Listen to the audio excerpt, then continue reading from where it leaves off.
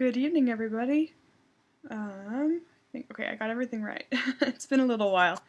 So first off, I'm pretty much better at this point. For those of you that might be wondering, I am COVID-free and out of quarantine, which has been amazing after 3 weeks being quarantined, total. So, thank you for your prayers, and also for those of you that dropped off meals. It was amazing. Thank you guys all so much. So now to get into the devotional for tonight. So as you may have noticed outside, clarity is lacking a little bit. There's quite a bit of smoke outside. In fact, so much smoke that it set off our smoke alarms in our house this morning. But that's beside the point. But yeah, tons of smoke outside. And it is so hard to see through it. In fact, a couple days ago, it was so bad that people had a hard time seeing stoplights in the morning. It was hard to see one car length in front of you. So sometimes our relationship with God is like this. Sometimes it's hard to see one car length in front of you. It's hard to see what He has planned for you.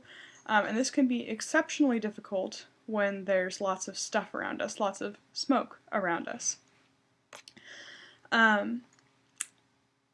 Smoke comes in lots of different forms. It can come in having way too busy of a schedule. It can come in having way too much noise in your life, and noise means a lot of different things. That could be figurative or literal.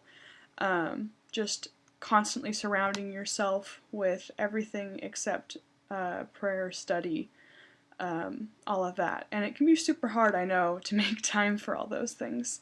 One thing I actually really liked about the start of the COVID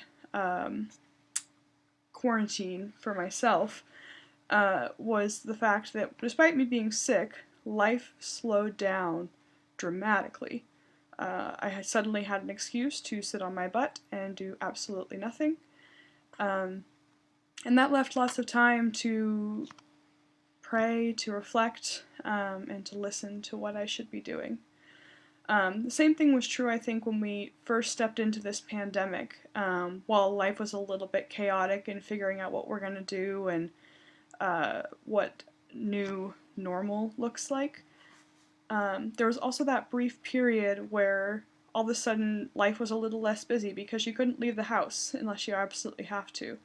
And now life is starting to pick back up for everybody.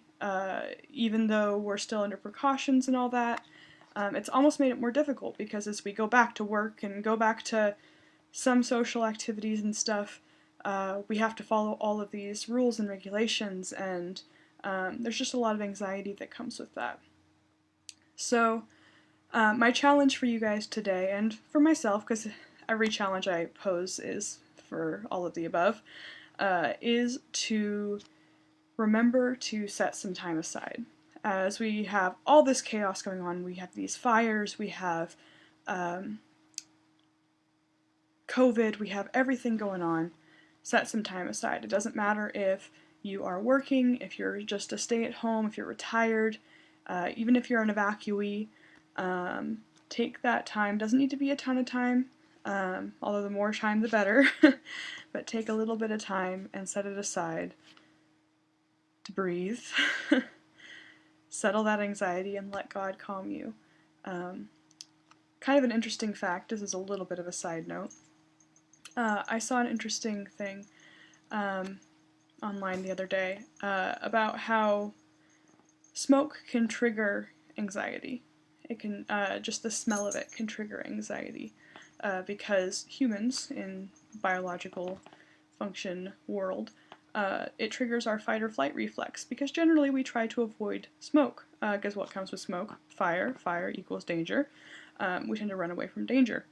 And so, without even thinking about it, probably everybody's just a little bit more anxious than normal. Not to mention life is just crazy. We don't know what to expect day to day. And so, as we go into the next few days, into the next week, breathe. Remember to take that deep breath as much as you can with the air around us. Take a deep breath, drink a big glass of water after you're done so that you can not taste the hickory flavored air so much. And remember to set some time aside to pray, to read scripture, to read a devotional, whatever works for you, because I know everybody studies and prays differently. And I encourage all those different forms. I love being diverse in how I talk to God and how I meditate as well. So with that, that's all I've got for you guys tonight, and I will see you later.